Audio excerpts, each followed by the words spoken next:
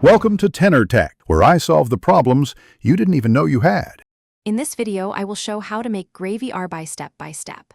Start by washing and peeling arbi, then boil until tender and slice into rounds. While they cook, finely chop onions and tomatoes and measure spices so everything is ready. Heat oil, sauté onions until golden, add garlic and tomatoes, then stir in turmeric, coriander, and garam masala to build a rich, flavorful base. Heat oil in a wide pan and sauté onions until lightly brown to add depth.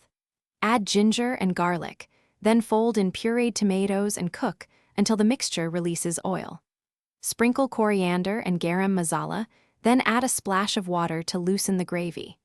Gently place boiled arbi slices into the sauce, cover, and simmer so the pieces absorb flavor without finish with a sprinkle of chopped cilantro and a light squeeze of lemon to lift the flavors. Serve gravy arbi hot alongside steamed rice or warm roti, or include it as part of a larger meal spread. Reheat gently to preserve texture and add a splash of water if the gravy thickens.